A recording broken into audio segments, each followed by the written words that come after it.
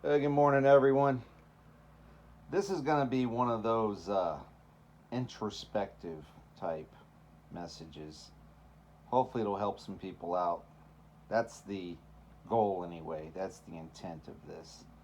But I'm going to try to be a little humorous because I can't help it because of what I just heard. It just made me think of some things. And so I'm going to share some personal stuff and that I think might be kind of humorous, but also get a little serious too. But anyway, this is inspired actually by Jamie Walden's latest upload from, I guess, a sermon he put out Sunday, I guess, or whatever in Colorado, maybe the Sunday before, I don't know. But he just uploaded it. And honestly, I wasn't going to listen to this because of the title. I got to take my own advice sometimes. Don't judge a book by its cover, kind of thing. Well, because of the title, it almost turned me off. To be honest with you, I was like, I'm not interested. But then, because the title is called Perplexities, and I'm thinking, all right, yeah, perplexities, lots of them. I get it. You know, it just didn't sound very encouraging to me. Something I really wanted to listen to. Just didn't sound like something that it just didn't grab my attention. But there's more to the title, and I'll get to that in a second. But I think it was No More Lies, the person that goes by the moniker No More Lies, that actually talked about this particular message from Jamie Walden and left a comment on one of my videos, last one or the one before, I don't remember. But anyway, and suggested that people listen to this and watch it or what have you. And so I kept that in mind. But when I looked at it, I was like, man, an hour and 16 minutes. I'm like, ugh. I'm just being honest. I'm like, yeah, man, I don't know. And that's pretty long. But it goes fast because Jamie's a very good speaker and he puts out a lot of really good. I don't know. He just does a really good job with this particular message. I think it's something a lot of people can relate to. So anyway, um, I wasn't gonna listen to it because that's what it said on the thumbnail. When you just look at the thumbnail, you can't get the whole title of something, so you actually have to click on the link, the video itself to get the whole title. And this is what made me laugh because this is what I was gonna title my video, but I'm not going to because I don't want to take anything away from Jamie's message. I don't want to be copying him or what. That's not cool. So anyway, but it was called Perplexities Part 2, and then it's called Let Them Go. And I could not help but think when I saw that, just is where my mind went. Wasn't that the name of that song from the Frozen movie that was so popular years ago? I'm pretty sure that was the name of it. Let Them Go. I'm pretty sure. And I couldn't help but think about this because my daughter, who was pretty young at the time, was into that, as well as practically probably every American daughter, or even daughters in the world. They just loved the movie Frozen. They just absolutely. And then that song, Idina Menzel, I think, was the one that sang it, if I remember right. I think I pronounced her name correctly. I'm not sure, but anyway, that song was so overplayed. I mean, every parent had to probably been pulling their hair out at that song. I remember seeing like a YouTube short or something of some dad, doing something funny, where the kids always wanted to hear "Let Them Go" in the car, the Frozen CD or whatever. So he goes, "Yeah, I'll let it go, all right out the window." I just remember that short YouTube clip or something. He's like, "Yeah, I'm gonna let it go like a frisbee right out the window," because it just got so old. And a lot of little girls, young girls, they were really into that movie. And I remember my daughter, she even had her room painted like the frozen wasteland, with the light blue walls and the sparkles and the snowflakes and everything. For a long time, she had her room painted like that. Because I mean, every little girl was into this movie. It seemed like, and especially into that song. So when I saw the title of his video, I just had to start laughing because it's mostly a very serious video, but also very encouraging, or very serious message, but also very encouraging, but a little funny too. But that's just where my mind goes. I'm like, yeah, I remember that. Let them go. Yep, let them go. Let it go right out the window. So, anyway, that's where my mind went at first, you know. But when I started listening to this thing, I was like, wow, this is just really great confirmation for a lot of things that are happening now. Maybe messages that other people put out or in their heart, and they just haven't revealed to people or shared because maybe they don't have a platform, a channel, or whatever else. But maybe it's something that they've hidden in their heart. Maybe it's something they've shared with other people close to them or whatever. And so that was the first thing I thought of. And then as I'm listening to this, I'm paying attention. I'm focusing on what he's saying, but my mind also wanders, like anybody's mind, And I started thinking back to my childhood, and some of the things that he was saying. I started thinking back and being thankful, being grateful, to the Lord for the blessings, in my life today, and just how things are, because full disclosure, it's probably easier for me to deal with certain things, circumstances, situations, people, uh, whatever. At least now, you know, um, than it is for other people. Uh, Not only because of life experiences, but my overall temperament, not my personality, but my temperament. And see, I didn't understand that until years ago, where my dad, he's retired now, but he was a Christian counselor for a time, and he was trained under some very good people. They passed on now, but they mentored him, and there was a time years ago where my whole family took a temperament test, not a personality test, a temperament test.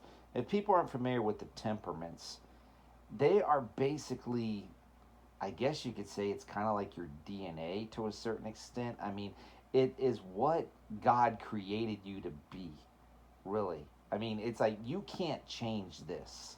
It is who you are. It is what he made you to be, a unique individual with a certain temperament that can't be changed. And if people want to research this, it's pretty fascinating. It's pretty interesting. If I recall correctly, just going off my memory, there's like four of them, and there's uh, I think there's choleric, sanguine, phlegmatic, and melancholy. I think there's four. That's the ones I can remember anyway. And if I remember correctly, your choleric or sanguine temperaments, these are your people that, are pretty outgoing, gregarious, uh, funny, natural born leader type people. If I remember correctly, I could be wrong on this. And then you have your phlegmatic and melancholy, where your phlegmatic, melancholy people, they're loyal, can be very serious, but also have a decent sense of humor. They it sounds like your personality, but it's really not. It's deeper than that. And they are. I'll describe it more for mine in a second, but they are just they're just serious people, but practically loyal to a fault, but at the same time, if there's such a thing, um, when they're cut, they get cut deep, you know, and they're not. They will forgive, but they won't forget type people, and they don't really need. They're not as gregarious. They're more introverted than extroverted. They're not as outgoing. They're not. They don't need a lot of people. They don't need a lot of affirmation, from people, for the most part, and their feelings are very emotional, kind of like they're very deep, kind of like the character of Spock in Star Trek. I mean, it seems like he has no emotions, but his emotions are so deep and buried that when they do come out, they come out in a major way. That's about the best way I can explain it.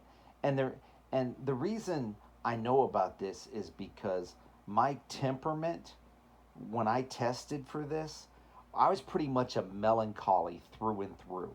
Now, if you look at melancholy, the word melancholy, that sounds pretty depressing, right? That sounds like you're down. It sounds like, if you think about the movies Inside Out, if you've seen those movies or whatever, you have those different emotions. I mean, if you think about the melancholy emotion, you're probably thinking more of this is the person that's depressed or down or the Eeyore, woe is me kind of thing. That's not really what it is, though. The melancholy temperament, my temperament, is the one where I take things very seriously for the most part, but it's like I can, at least now, at my age now, because I think I've kind of grown into this to understand it a little bit more, even, is like what Jamie was talking about in his message. I'm not saying he's a melancholy temperament or whatever, but it's just people that are a melancholy temperament for the times that we're living in now, or maybe even phlegmatic. They I think they have an advantage over others because we don't need that kind of constant affirmation, attaboy, doing a good job, kind of thing. It's nice to have it. Don't get me wrong. We appreciate it, but it's not necessary because we're very realistic, but and some people might even say pessimistic, more pessimistic than realistic, but we just kind of accept things for what they are, not for how they should be or how we want them to be, just kind of for what they are, you know. And when it comes to dealing with others, see, when I was a kid, I didn't really understand this, but I knew that I had a an advantage over other people growing up in a military family because people didn't understand it, and I didn't even understand it, but it was because it wasn't until much later in life that I took this temperament test. Because my brother and I, we were total opposites. I mean, he was younger than me, but he was stronger than me, tougher than me. Much more outgoing, very popular. Just life of the party kind of thing. I mean, good looking dude. Kind of looked like, he's been compared to Brad Pitt before when Brad Pitt was much younger, or, even Paul Walker, from the Fast and Furious series, if anybody's familiar with that actor who died way too early, 41 years old, I think, car crash. But anyway, um, good looking dude, right? So he never had a problem with hardly anything when it came to people, girls, whatever else. Me, I was much more, people would think of me as being standoffish, but it was helpful to me in a military family because we were always moving. So I never attached myself to people. I never held on to any friendships or anything like that because in the back of my mind I always knew we were moving. I always knew it was just like we're here for a short period of time, 2, 3, 4. It was actually 5 years in Minnesota, but so I did get to know people a whole lot better then, and I kind of made friends, for a lot longer then. But it really even wasn't that hard to leave them because with my temperament, it was like people just were not that important to me. It was just like because when I was a very very young child, I was very very shy, very timid, just didn't talk to hardly anybody. I was just very shy, so it was easier for me than it was my brother. My brother would make friends again very quickly when we would move or whatever. But at the same time, it was he would hold on to people, and he was very sensitive. Where me, I was just like, I mean, I could get along. I did have friends. I did have people that I would care about and like or whatever, and we'd hang out and, my younger years and even my teenage years and what have you. But it wasn't until, honestly, we got back to Texas the second time when I was like in the middle of my 10th grade year that I figured this is probably the last place we're going to be, that my dad's going to get transferred to before I leave home. You know, so I was like, I should probably make the best of this one.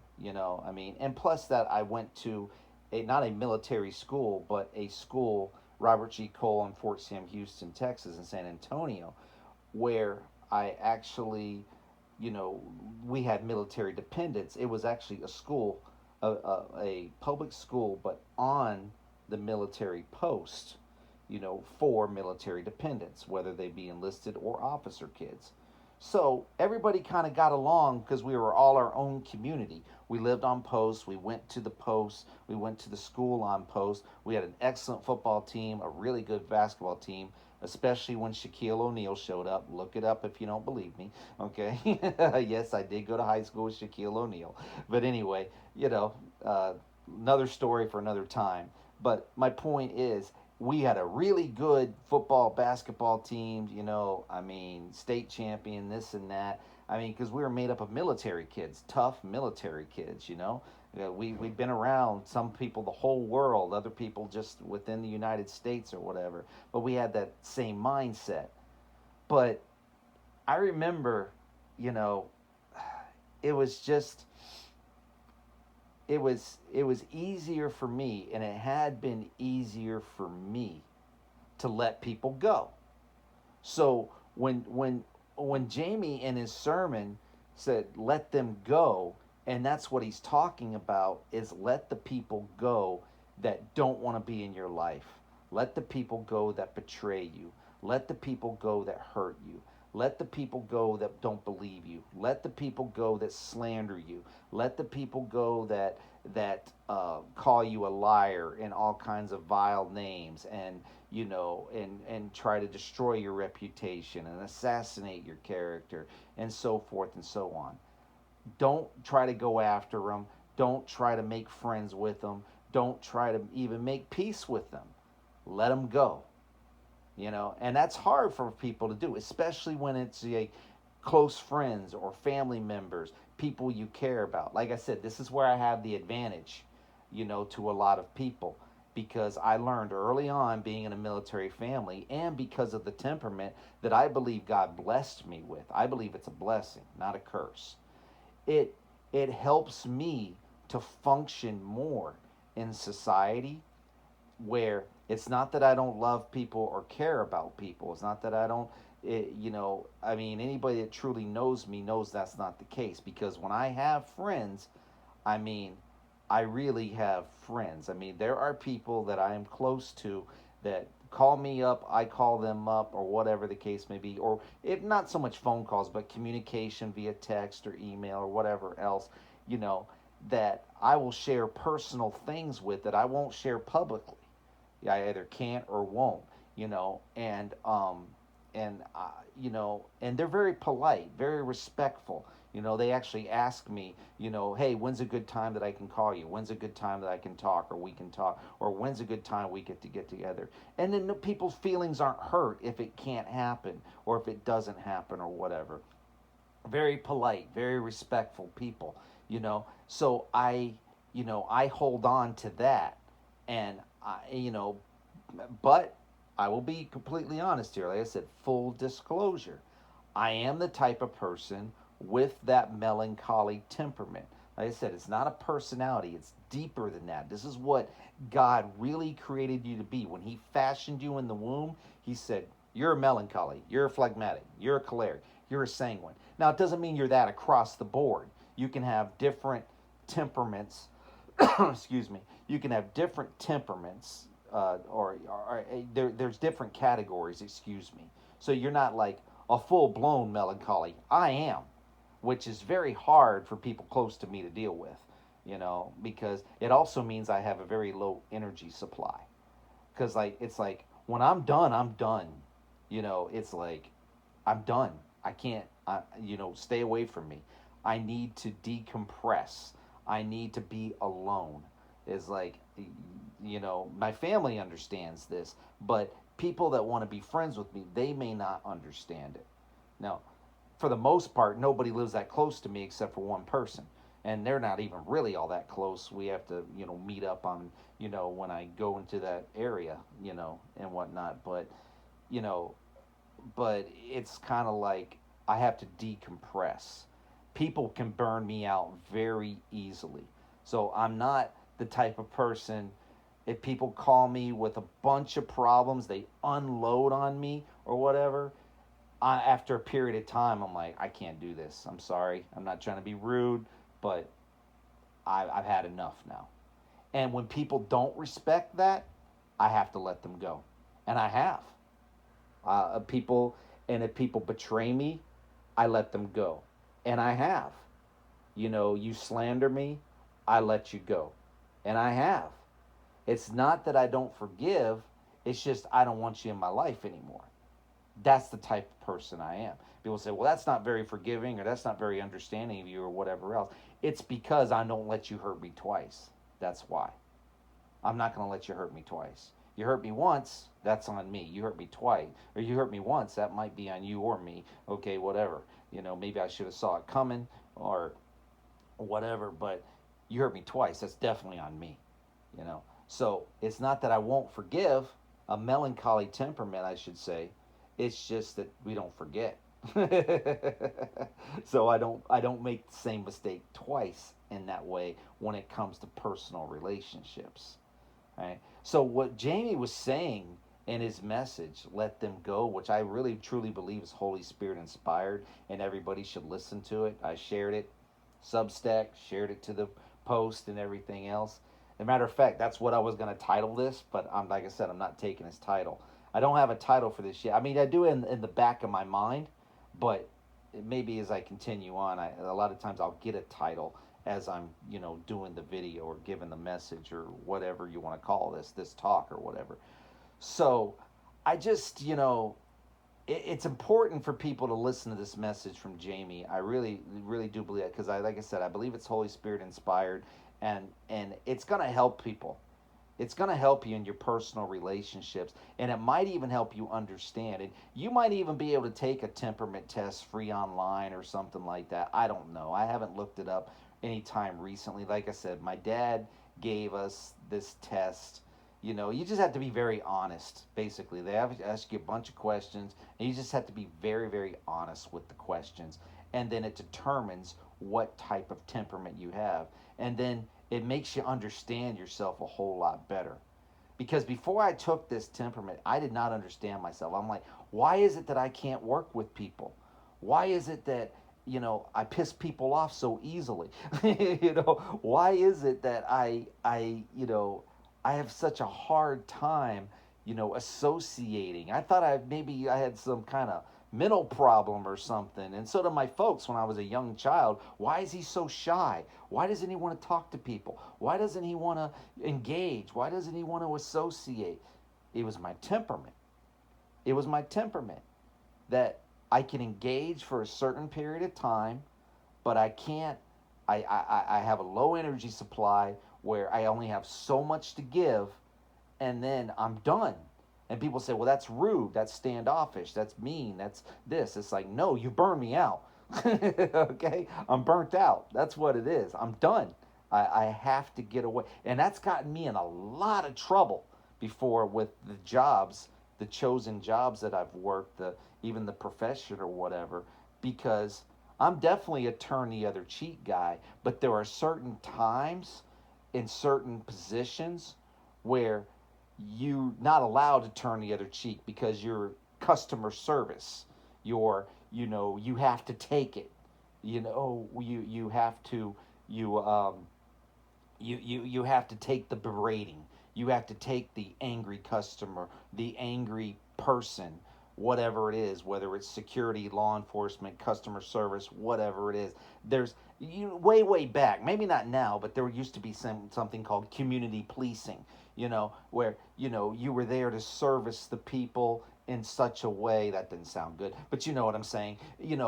Protect and serve. You had to listen to their complaints, listen to their issues, listen to this.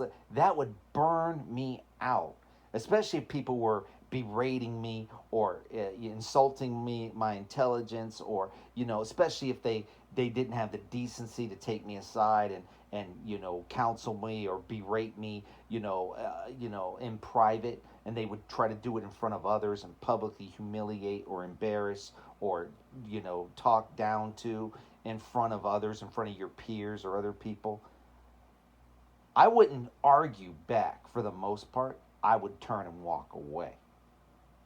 And that was my signal to them. Don't follow me. You know, don't treat me like I'm a dog. Don't yell at me to get back here or whatever else. That would get me in a lot of trouble because that was considered to be very rude. But what I was doing was I was being non-confrontational. You're up in my face. You got an issue. You got a problem. I'll listen to it for a certain period of time. Maybe it's my fault. Maybe it's not. Blah blah blah. But you talk to me like I'm a dog. And this is, like I said, it's got me in a lot of trouble. I've lost jobs. I've gotten fired because of this. Because of simply turning and walking away. Because I know myself well enough that if I stay there, we're gonna fight. We're gonna fight. Whether it's verbal or physical or both, we're gonna fight. So I turn to walk away.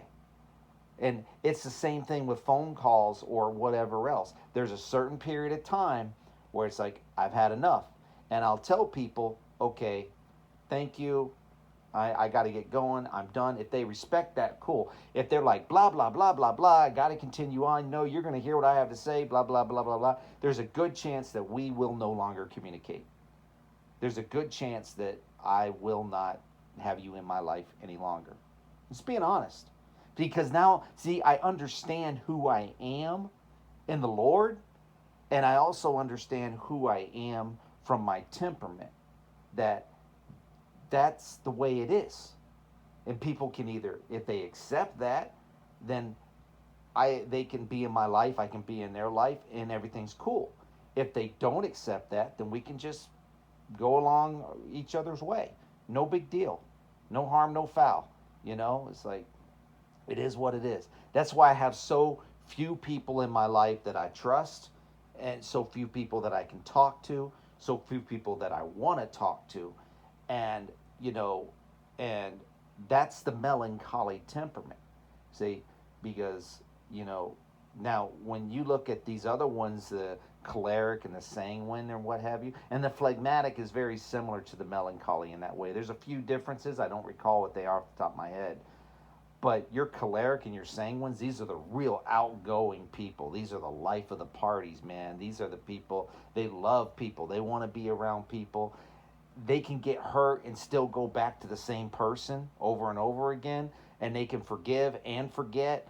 And just, and it's almost like, it's kind of like, I'm not going to say that they are that, but in certain ways, they're kind of like a doormat to a certain extent. I know that sounds insulting, but at the same time, I mean, in my estimation, this is just my opinion.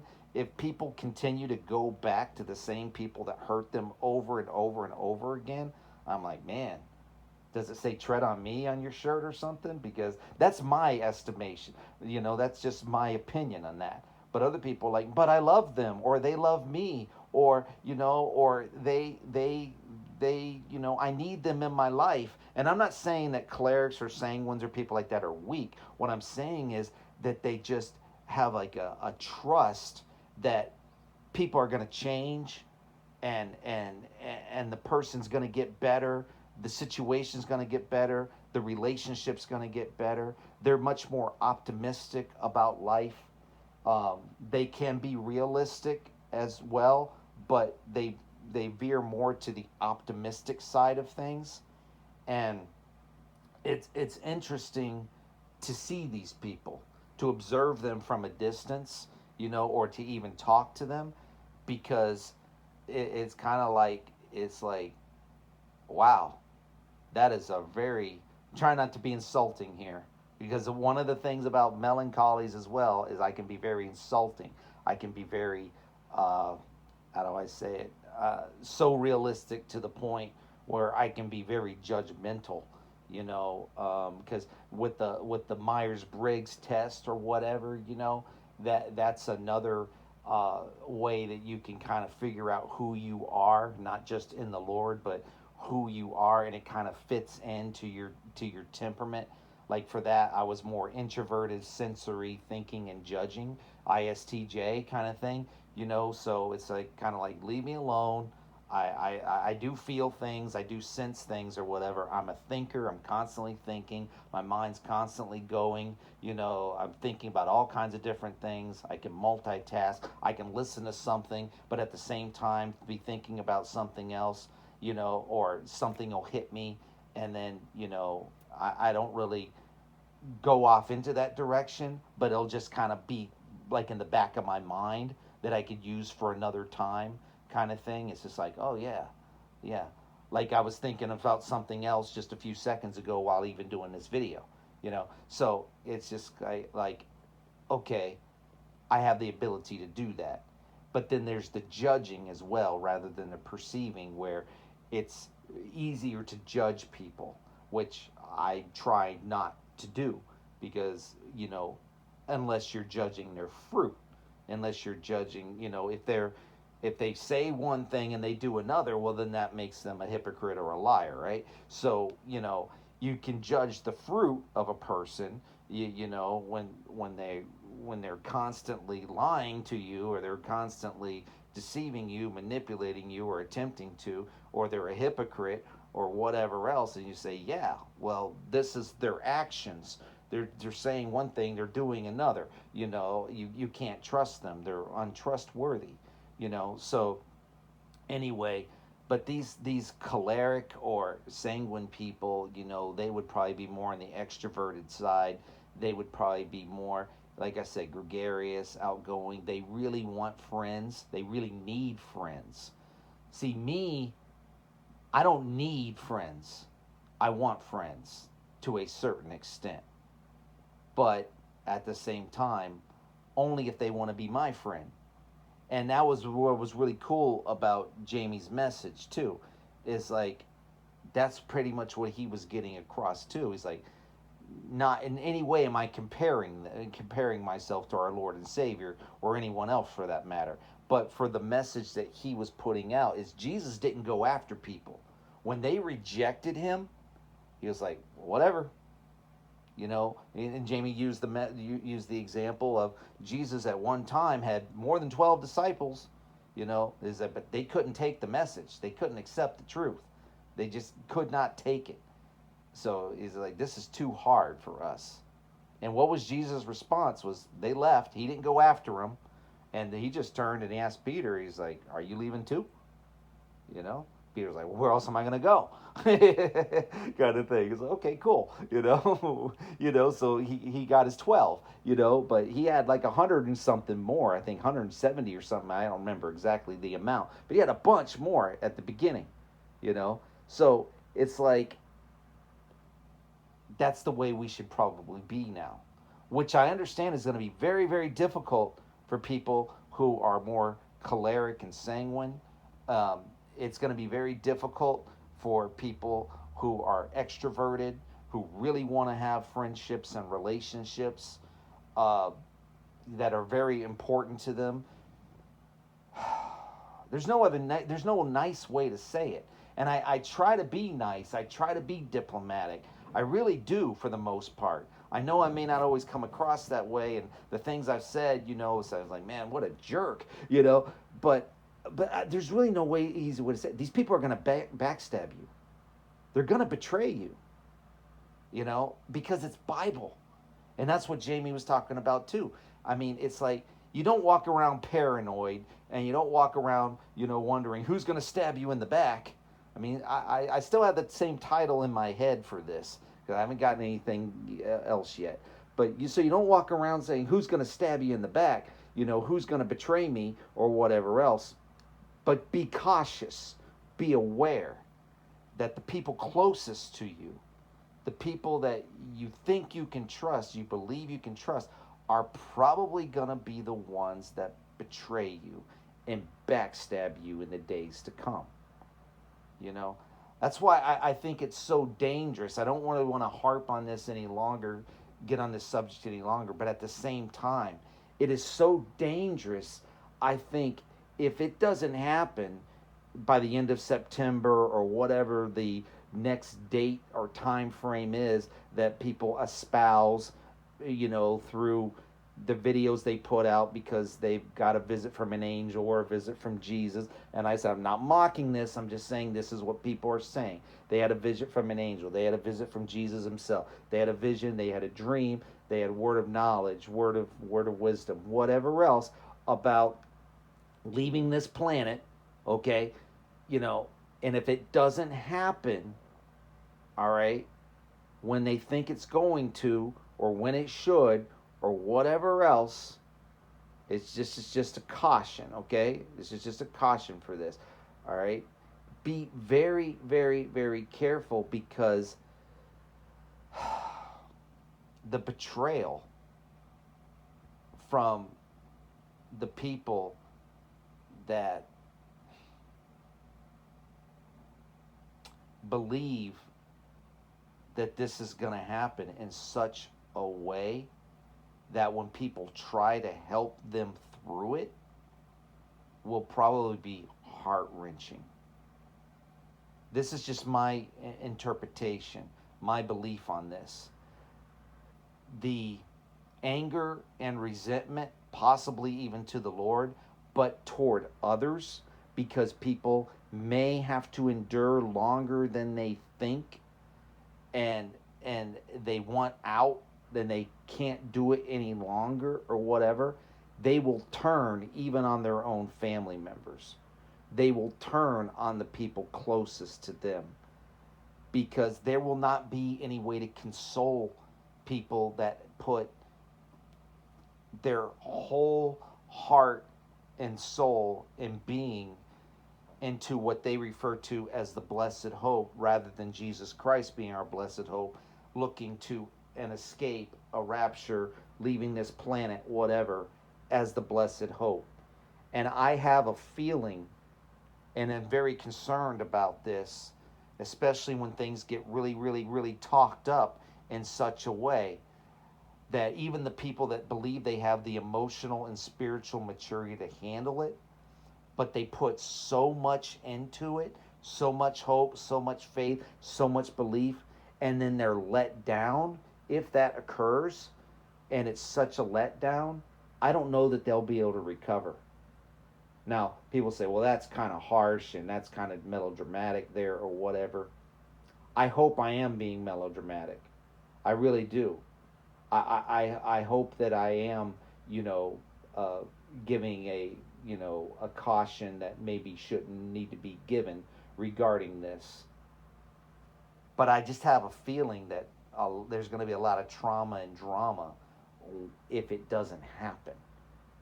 And I know people say, well, we'll just look to the next time frame or the next date, or it's not ready yet, or it'll be in 2026 or whatever else. It's like, listen, man, my suggestion to people is live your life. Live your life with your loved ones, your friends, your family members, or whatever. Try to be on the same team as much as possible. Try to come together in one accord. You're going to have different personalities and most definitely temperaments. And you're not always going to see eye to eye, but try to respect each other's positions. Try to respect where each other is coming from. And just don't let your highs get too high and your lows get too low. See, this is again why I have an advantage over a lot of people. Not only because of the temperament that God has blessed me with, but I really don't let my highs get too high, my lows get too low. I'm not a long-term planner, a long-term thinker. I pretty much take each day as it comes and live that day hopefully to its fullest, and I appreciate blessings, but I don't expect them or demand them, but I'm thankful for them. I'm grateful for them.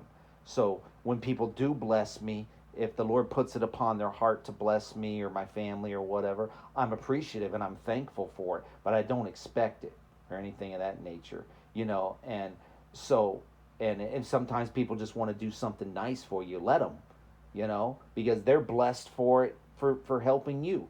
They'll be blessed for giving to you, for doing something for you. I mean, I know somebody right now that's building a shed for their neighbor.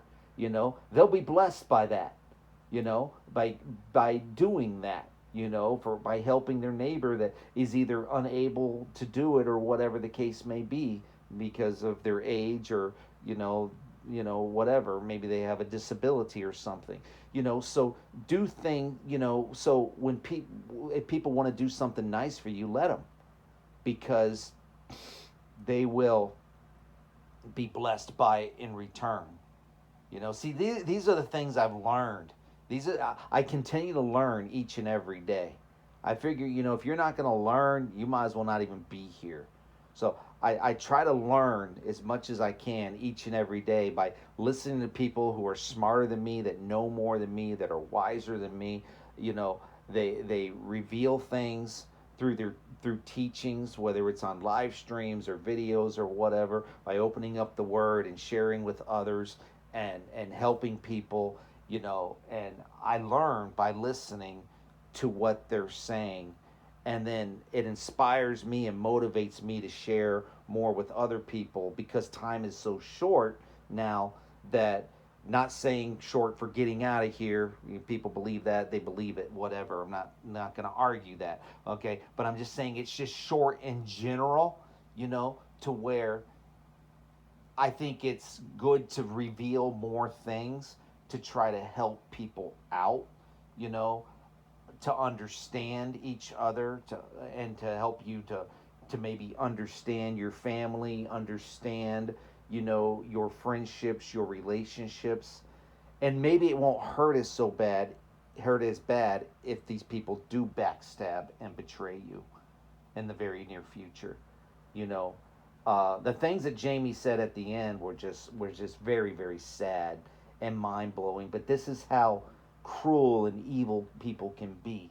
That saying that they faked his son's injury.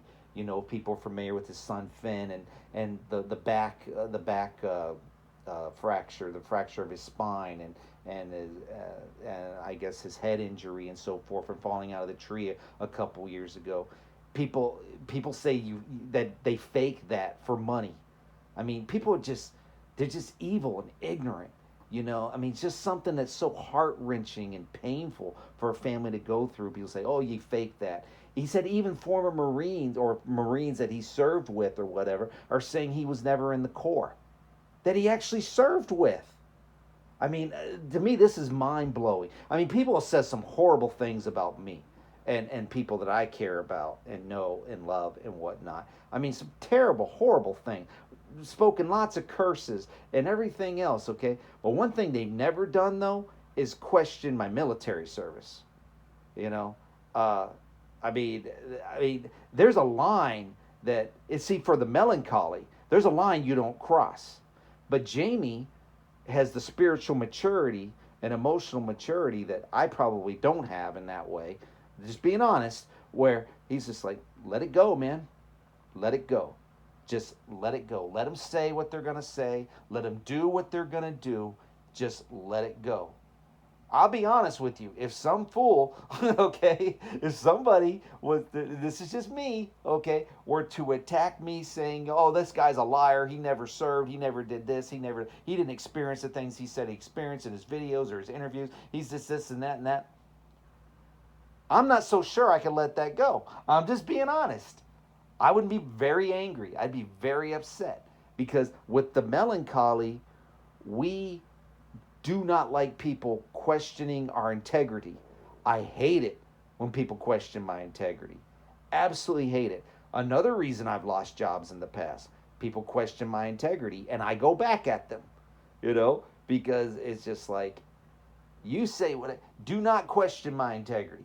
Do not question me as a man. Do not question me as someone that is someone you can trust, someone that you can believe. I am not a liar. You know, do not question my integrity. But Jamie has the spiritual and emotional maturity that I don't have, and a lot of people may not have, you know, to say, hey, say what you're going to say. You know, I know who I am in the Lord.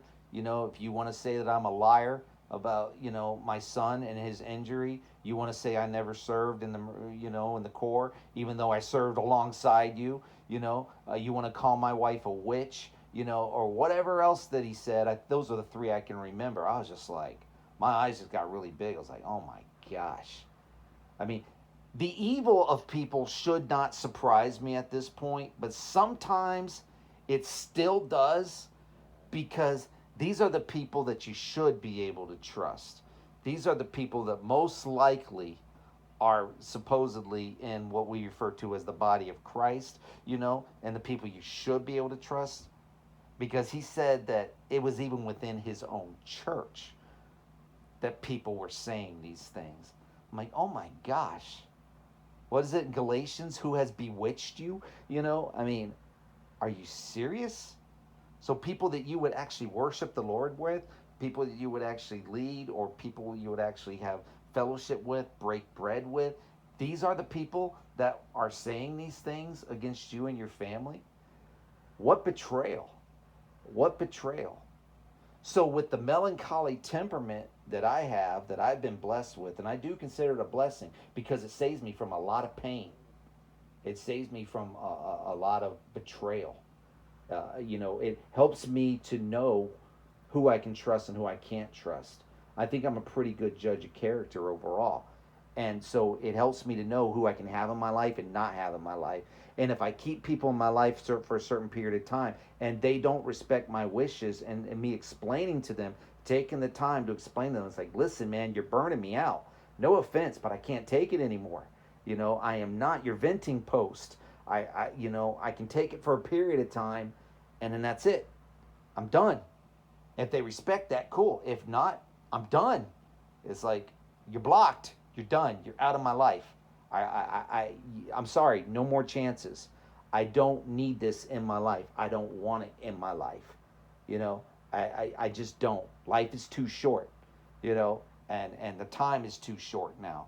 And I would much rather spend it with people and around people that, you know, love me, can tolerate me, or put up with me, or whatever, and that I can at least, relate to, have conversation with, um, enjoy their company. Why do I want to be around people that I'm wondering? This is the title of the video. I haven't gotten anything else, but I'm wondering, et tu, Brute? The Julius Caesar thing. Not saying I'm Julius Caesar or anything of that nature. It's just, that's just the title, and that's the thinking I have. And it's just like, I can't believe it was you, too. You know, or like, in The Godfather, when Fredo, betrays the family and betrays Michael Corleone. He goes, I always knew it was you, Fredo. He goes, you were my brother. And he said, but you betrayed me. It's just like, I'm done with you now. So it's like, et tu, Brute? I can't, all these other people that are stabbing me in the back, quite literally, I get. I understand. But you were my friend. You were the one, you how is it you? How? How can it be you? And it's heartbreaking. It's heart-wrenching. Where where you believe that this person, and that's what Jamie's going through, but he's got the spiritual and emotional maturity to handle it. But I was like, man, I don't know. Maybe I don't know if I was the pastor of a church or something. I don't know if I could deal with that. I'll be honest with you. I don't know if I could. I would be furious, because in the melancholy temperament, it's just like, when you put your heart out there to people and you really trust someone and they backstab you, they betray you, whether privately or publicly would be worse, but privately hurts enough. It's like, how could you do this to me? How could you betray me like this? I don't understand. What is your reasoning? What do you want? What is it that I didn't give you? You know, and he used the example of the prodigal son, and it's like the son's like, Dad, it's taking way too long for you to die, man. Just give him my inheritance so I can go live the life I want. It's like, what are you hanging around for? Just give it to me so I can go and do what I need to do, you know. And then when the son returns, of course, the father, you know, as an allegory to our heavenly Father, welcomes him with hope, with open arms again. I'm thinking, man, oh Lord Jesus, I pray that I be able to do that. But for a melancholy, that's very difficult because the melancholy temperament is one that is just like, man, you betrayed me, you backstabbed me. I'm not going to give you the chance to hurt me again. I'm just being honest. So it behooves people to understand your temperament, who God created you to be in the womb before He fashioned you, kind of thing. You know, this is why it's so important that people don't do anything to alter their DNA. Don't take any experimental drugs, V's, you know, whatever, anything that they'll inject in you, give to you, poison you with, to screw with that, to mess with that. Because this is how God originally created you. Whether you're a melancholy, a phlegmatic, a choleric, a sanguine, and most people are a mixture of both. I'm kind of an enigma that I'm a full-blown melancholy. Okay, I mean, even my dad was kind of surprised by that. I was like, "Whoa, dude!" I mean, it's just like, I don't know if it's good or bad. It's just interesting, you know. It's like, yeah, it is interesting, you know. But I'll close like this. It's almost an hour. I'll close like this though. The other day, I don't remember exactly what inspired me to do this. I don't recall, but I think I was just thinking of something funny, and then it inspired me to look at it more. I was watching something or whatever, but when I was a kid in Minnesota, um, in our room, I think my brother and I shared a room at the time. We lived in an apartment, and my parents got me this plaque at one time, and it had my name on it, and like in calligraphy or whatever. And I think there was a Bible verse from Proverbs or something. And my friends, they would get a kick out of this. I mean, because I said we were there for 5 years, so I got to know people then, and we hung out with some people: Troy Houston, Tony Huber, Travis Rance. I still remember the dudes' names, you know, that we would hang out with, play football and street hockey and ice hockey and all the rest of the stuff, all these pickup games and everything. And sometimes they'd come to your room and listen to some music, come to the house or whatever. One time they came into my room and they saw the plaque, and I forgot to take it down because I knew it was going to be embarrassing, or I just didn't even think about it or whatever. I guess I'm probably about 15 or something at the time, 14, 15, whatever. And they start laughing hysterically because underneath it, it says, it has my name, and then it has the the verse in Proverbs or whatever, and it says gracious and manly. And I always kind of hated that. And I didn't know if that was what the name meant or not, because at the time you really had to really look things up and research and investigate, you know, go to the library, look at an encyclopedia or whatever to find out what the heck does your name really mean, you know. So they would just laugh, and they would call me gracious and womanly. And it was funny, but at times it would irritate me too. Ah, gracious and womanly. Because at that time in the 80s or whatever, being a man was a big deal. Now, not so much. But back then, being a tough dude, being a man, being, being able to take the hits on the ice, and, and scraping your knees and getting all bloodied and battered and beaten up and wrapped around a tree playing pickup football and smear the queer and everything else. That meant you were a man. That meant you were tough. You know what I'm saying?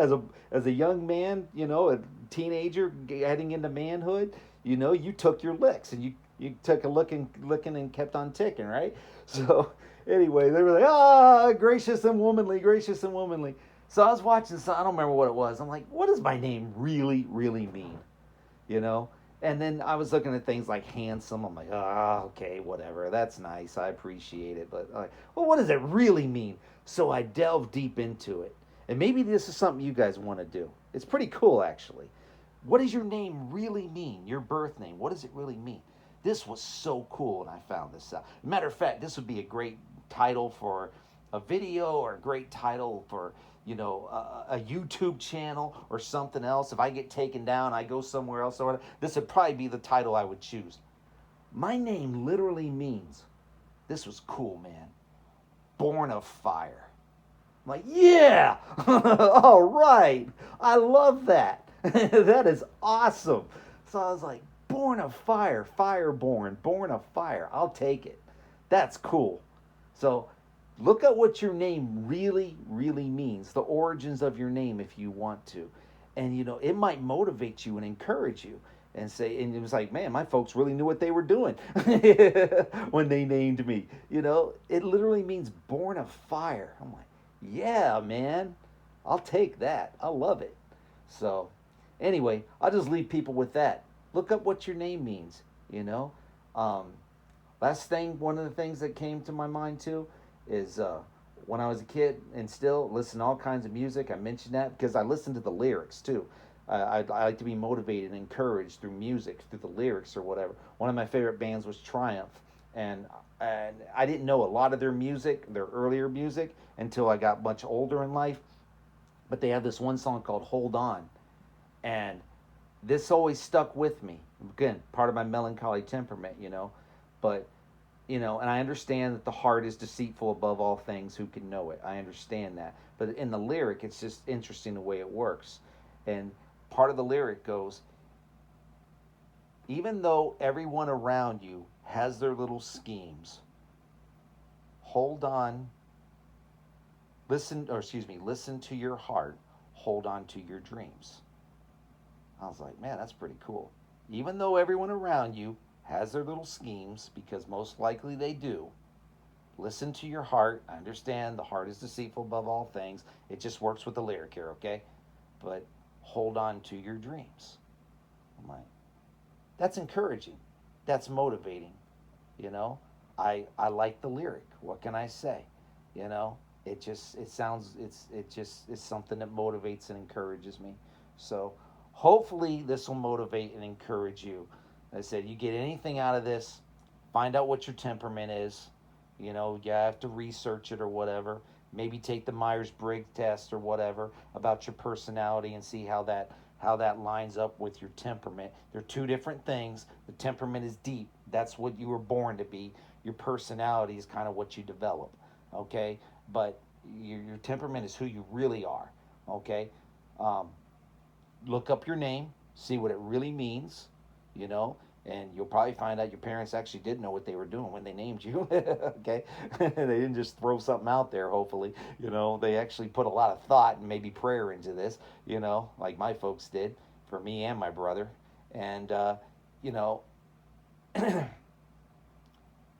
and just be aware that everyone around you most likely probably has their little schemes, but hold on to your dreams, you know, because that's the dreams help us to endure, I think. Whatever your goals are in life, your aspirations, whatever you want to achieve, whatever you want to be, in the Lord, of course, according to His will and His plans for your life, it'll help you to endure, I think, for the days ahead. All right, y'all take care. Have a good day. Bye bye.